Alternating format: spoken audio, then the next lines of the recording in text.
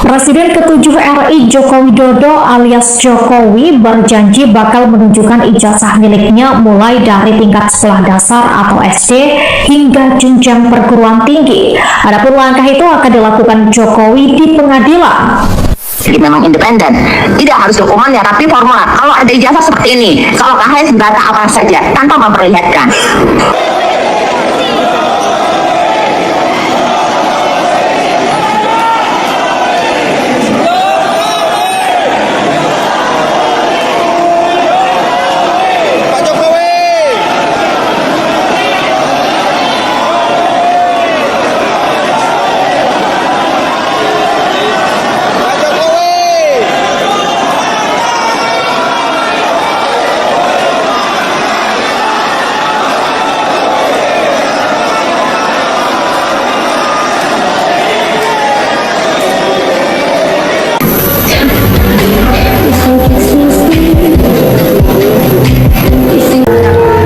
Hadirin dimohon berdiri.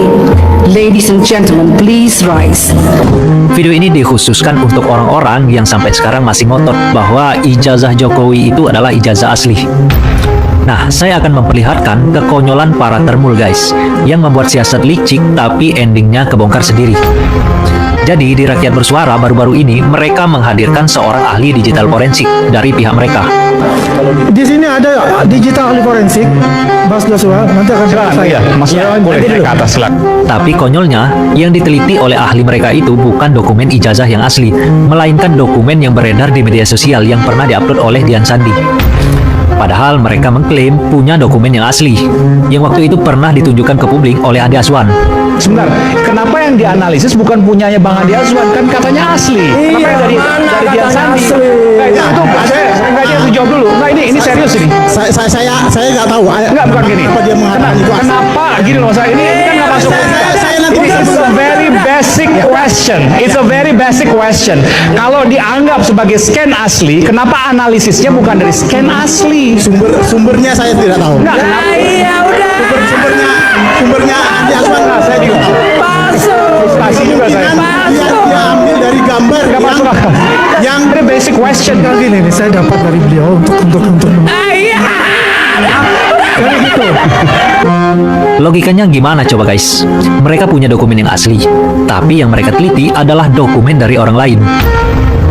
Jadi mereka sendiri kayaknya nggak percaya dengan dokumen yang mereka punya, dan justru malah lebih percaya punya orang lain. Ketahuan nggak tuh bohongnya? Ibarat maling ya, sudah ketangkap basah tapi masih nggak mau ngaku.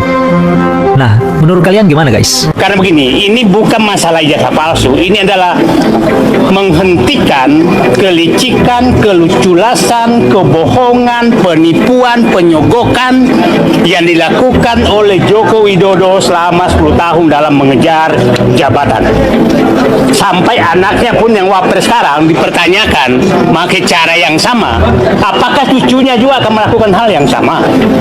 Nah, ini adalah penghentian keculasan, kebohongan, penyogokan, dan lain-lain kelicikan yang sudah mengakar hampir kepada seluruh lembaga negara yang dilakukan oleh Joko Widodo. Nah, negara ini hanya bisa selamat apabila cara-cara itu dihentikan.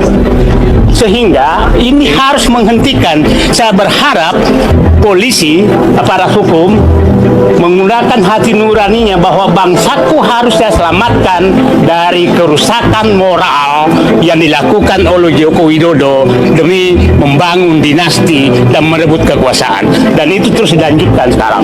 Nah, kalau ini kita tidak berhasil menghentikan, maka saya tidak tahu lagi bangsa ini mau dibawa kemana, karena Joko Widodo betul-betul membangun negara ini selama setahun dengan basis kebohongan dan kelicikan, penyogokan, dan lain-lain. Terima kasih, hanya itu saja. Saya berharap bapak-bapak yang berjuang sama berjuang, dan menurut saya mungkin Joko Widodo dan timnya cara salah memilih lawan. Karena ternyata lawannya ini tidak ada, tidak, jadi modal mereka itu adalah dua, mengancam dan menyogok. kebetulan pejuang-pejuang ini tidak mempan lagi dua-duanya itu, jadi tidak takut diancam dan tidak bisa disogok. Beda jauh, saya kata Pak Jokowi pernah berhadapan dekat gitu. Tapi kita lihat foto kok beda seperti itu. Saya lihat foto saya. Joko Widodo hadir di sidang ijazahnya terbukti palsu. Pembukaan momen bersejarah yang dinanti selama bertahun-tahun.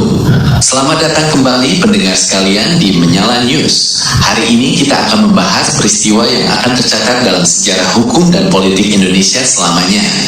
Setelah bertahun-tahun perdebatan, isu, spekulasi, dan pertanyaan besar yang menggantung di kepala jutaan rakyat, akhirnya hari yang ditunggu-tunggu pun tiba. Joko Widodo atau yang akrab disapa Joko Widodo, mantan Presiden Republik Indonesia, hadir secara langsung di ruang sidang pengadilan negeri untuk memberikan keterangan terkait gugatan keabsahan dokumen pendidikannya. Dan apa hasilnya? Fakta yang terungkap di persidangan ini benar-benar menggegerkan seluruh negeri. Di hadapan hakim, di hadapan publik, dan di hadapan saksi-saksi ahli, terbukti sudah bahwa dokumen-dokumen yang selama ini ia gunakan dan andalkan, mulai dari ijazah SD, SMP, SMA, hingga ijazah Universitas Gadjah Mada adalah dokumen palsu, tidak sah, dan tidak dianggap ada secara hukum. Ini bukan lagi sekedar isu atau berita simpang siur.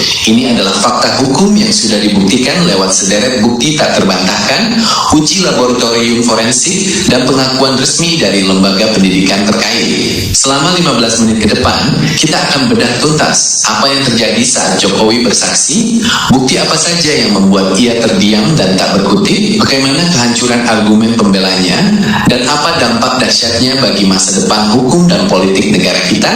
Mari kita simak bersama pembahasan lengkap dan mendalamnya. Jam 1:30 pukul 4. Kehadiran Jokowi, tegang, gugup, dan jawaban yang mengelak. Momen paling puncak dalam persidangan ini tentu saja saat Joko Widodo dipanggil masuk ke ruang sidang untuk menjadi saksi tergugat. Seluruh mata tertuju padanya. Tidak sedikit yang berharap beliau bisa menjelaskan, bisa meyakinkan, dan bisa membungkam semua keraguan yang ada di masyarakat. Namun, apa yang terjadi justru sebaliknya. Dari awal ia duduk di kursi saksi, pengamat dan pengunjung sidang sudah melihat ketidaktenteraman pada dirinya. Wajahnya terlihat tegang, berbeda jauh dengan penampilan percaya dirinya saat berpidato di depan rakyat. Saat majelis hakim mulai mengajukan pertanyaan demi pertanyaan terkait rincian data, nomor seri dokumen, tanda tangan, hingga data administrasi pendaftaran sekolah, jawaban yang keluar dari mulut Jokowi justru penuh keraguan, ketidaktahuan, dan jawaban berputar-putar. Banyak pertanyaan penting yang dijawabnya dengan kalimat, "Saya lupa, saya tidak ingat rinciannya, dokumen itu ada pada pengelola sekolah," atau bahkan mencoba mengalihkan pembicaraan ke hal lain. Padahal, dokumen pendidikan adalah benda pribadi yang sangat penting, yang seharusnya pemiliknya sangat hafal dan paham betul detailnya. Hal ini pun langsung menjadi sorotan tajam hakim. Hakim menegaskan, Bapak mengaku lupa, tapi Bapak menggunakan dokumen ini untuk mendaftar kerja, mendaftar calon kepala daerah, hingga mendaftar calon presiden. Apakah mungkin menggunakan dokumen yang rinciannya sendiri Bapak tidak paham? Keadaan makin runyam saat Jokowi diminta menunjukkan bukti pendukung lain seperti buku induk siswa, transkrip nilai lengkap, atau dokumen administrasi masuk kuliah. Ia dan tim hukumnya sama sekali tidak bisa menyerahkan satupun dokumen pendukung yang lengkap dan sah. Semua alasan yang dilontarkan hanyalah kalimat penyangkalan tanpa bukti nyata. Disinilah di depan mata publik, benteng pertahanan Jokowi mulai runtuh satu persatu.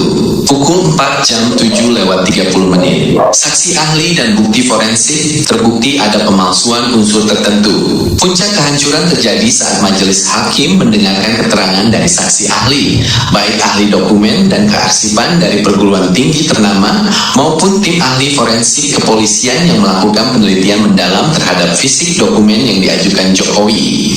Hasilnya mengejutkan dan mematikan semua argumen pembela.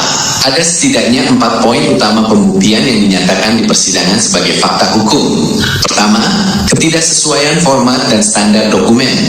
Ahli membuktikan bahwa format ijazah yang dimiliki Jokowi, mulai dari kertas yang digunakan, jenis font cetakan, letak kop surat, hingga bentuk dan ukuran cap dinas pendidikan, tidak sesuai dengan standar baku yang ditetapkan pemerintah pada tahun dokumen itu diterbitkan.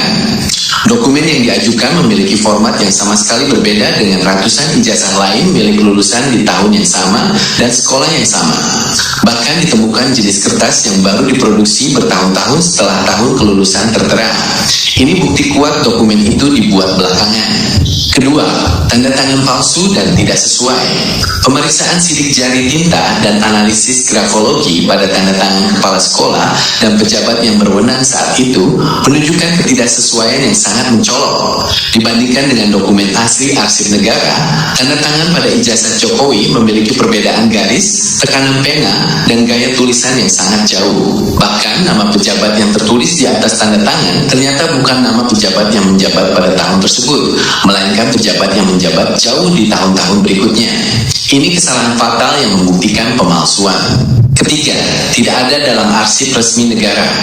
Poin yang paling telak, tim dari Dinas Pendidikan dan Kemendikbud yang bersaksi di persidangan menyatakan secara resmi, setelah kami telusuri, cek dan cocokkan seluruh arsip nasional, buku induk sekolah, daftar nilai, dan berkas administrasi, nama Joko Widodo tidak ditemukan dalam data kelulusan resmi pada jenjang SMP, SMA, maupun di Universitas Gadjah Mada pada tahun yang disebutkan.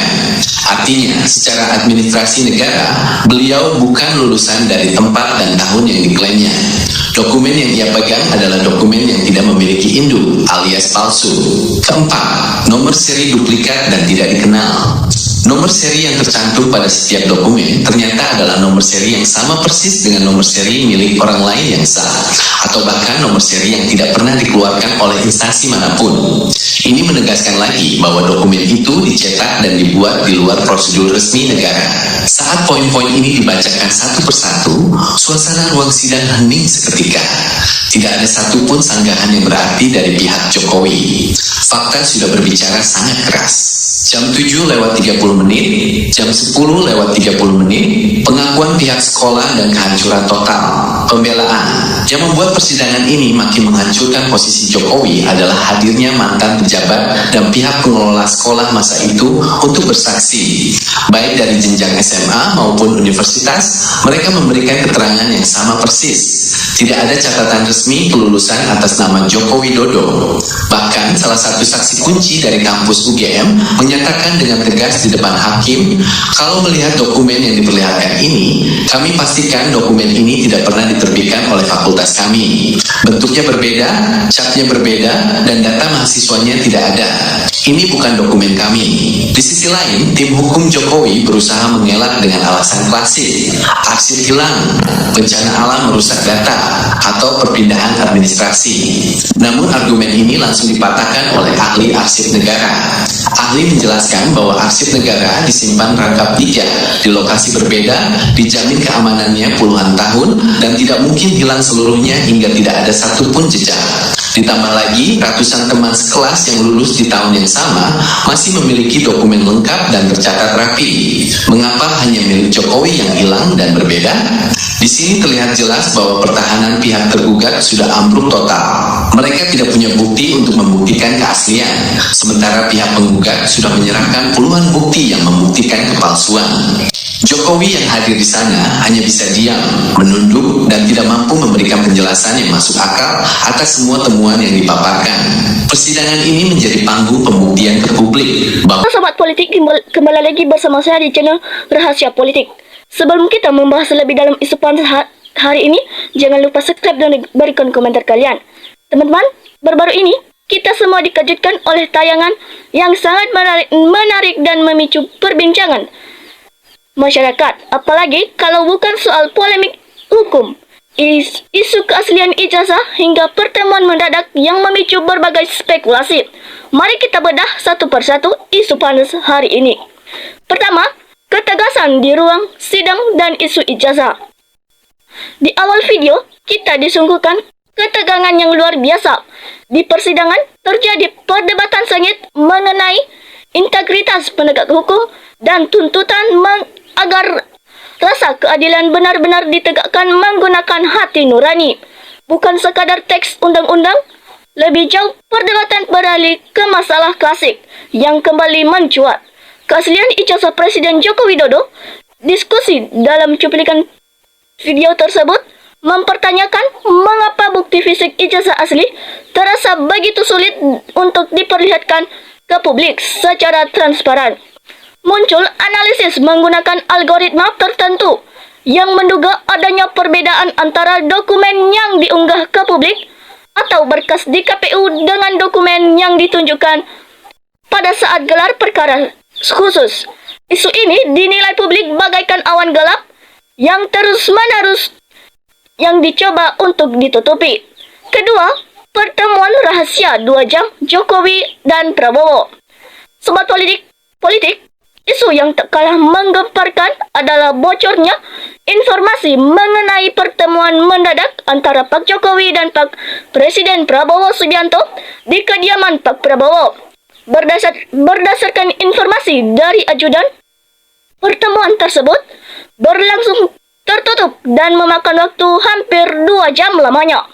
Pertemuan yang hanya dihadiri oleh mereka berdua ini memicu spekulasi liar di tengah-tengah masyarakat. Mengapa dilakukan secara mendadak? Banyak netizen yang beranggapan bahwa pertemuan ini terjadi karena situasi Pak Jokowi yang mulai terdesak oleh berbagai tuntutan publik agar beliau diadili. Namun, publik bertanya-tanya apakah Pak Prabowo dan Pak Jokowi sedang mencari perlindungan terhadap Pak Prabowo, ataukah ada agenda rahasia yang sedang mereka bicarakan. Ketiga, suara netizen. Ujian ketegasan Presiden Prabowo. Melihat fenomena ini, gelombang komentar dari para netizen pun tak terbendung. Banyak yang mengingatkan dia agar meminta Pak Prabowo tetap berdiri teguh bersama rakyat. Netizen berharap Pak Prabowo tetap menjadi pemimpin yang bijak, jujur, tegas, dan tidak ikut campur atau tunduk pada intervensi politik masa lalu. Jika ada pelanggaran hukum atau indikasi korupsi di masa lalu, biarkan lembaga hukum seperti KPK membongkarnya secara independen demi kebesaran bangsa ini. Polemik ini memang pelik. Di satu sisi, pengusutan dan yang tuntas dan jujur dianggap sebagai barometer penegakan hukum kita. Namun di sisi lain, kita juga tetap harus tenang dan bijak agar isu-isu seperti ini tidak memecah belah persatuan bangsa Republik Indonesia. Nah, teman-teman, sekarang mari kita melihat berbagai pendapat dan tanggapan dari teman-teman kita. Pertama, teman kita Hadiat memberikan tanggapannya. Ayo, Bapak Jaksa, tunjukkan kebenaran dan kejujuran demi negeri yang adil dan makmur. Di sini teman kita Hial juga memberikan tanggapannya. Ini baru Pak Hakim yang mana tugasnya tidak main-main, menegakkan keadilan dan kejujuran. Teman-teman, kita lanjut. Teman kita Ferry juga memberikan tanggapannya. Hakim didukung oleh seluruh rakyat Indonesia. Wahai jaksa dan hakim, rakyat menanti keadilan, kejujuran, dan ketegasan. Di sini teman kita Samsul juga memberikan tanggapannya. Selama si Jack tidak mau hadir di persidangan, kegaduhan makin berlarut-larut dan tidak ada hentinya. Teman-teman, kita lanjut. Teman kita Sugi juga memberikan tanggapannya. Jokowi harus dijemput paksa, hakim harus tegas. Jangan takut sama Jokowi. Ayo adili Jokowi, Pak Hakim, supaya rakyat Indonesia jangan buat gaduh lagi. Di sini teman kita Roy juga memberikan tanggapannya. Tuntut segala keadilan, tanpa itu Indonesia akan hancur. Lindungilah hakim yang amanah ini, biar keadilan dan kebenaran terungkap. Rakyat Indonesia sudah lelah dan frustasi menghadapi kezaliman penguasa yang tidak amanah dan rakus ini. Teman-teman, kita lanjut. Teman kita Abi memberikan tanggapannya. Kelompok yang merasa tidak berdosa, yang selalu merasa benar, ya ampun, bagaimana cara bertobatnya? Di sini teman kita Hasno juga memberikan tanggapannya. Ini sebuah kejanggalan dalam proses hukum. Demikian pula para penegak hukum. Bila ada yang tidak menegakkan kebenaran, semoga segera diikuti oleh Sang Maha Kuasa. Di sini teman kita Nora juga memberikan tanggapannya. Inilah manusia yang rela menanggung malu di dunia dan rela menanggung dosa di akhirat. Semoga para pejuang kebenaran selalu dilindungi oleh Tuhan. Di sini teman kita Yono juga memberikan tanggapannya yang sangat luar biasa. Andi Asrun ini asli pembela Jokowi. Ngotot banget, nggak punya malu. Yang penting pikiran Andi dapat uang. Mari tegakkan kebenaran sebelum negeri ini luluh lantak oleh para koruptor dan mafia-mafia. Di sini teman kita, mari juga memberikan tanggapannya. Mantan hakim terus tegas, segera hadirkan yang bersangkutan secara langsung, bukan perwakilan. Di sini teman kita Amsar juga memberikan tanggapannya. Semoga Pak Hakim yang jujur dan amanah selalu dijaga oleh Allah. Kalau semua hakim kayak gini, Indonesia aman dari mafia hukum. Semoga hakim kayak gini diberi kesehatan. Teman-teman kita lanjut, teman kita Ati memberikan tanggapannya. Aduh Pak, kita hidup di dunia hanya sementara. Di akhirat kita akan menerima imbalan perbuatan kita di dunia beribu-ribu tahun. Di sini teman kita Budi Santoso juga memberikan tanggapannya. Buka sejujur-sejujurnya di depan publik. Jangan ada yang ditutup-tutupi lagi agar hukum kita kembali dipercaya. Rakyat cuma ingin kejujuran. Kalau memang tidak ada yang disembunyikan, perlihatkan saja bukti aslinya secara transparan. Di sini teman kita Rahayat juga memberikan tanggapannya. Apresiasi tinggi untuk majelis hakim yang berani bersuara keras demi tegaknya keadilan di negeri ini.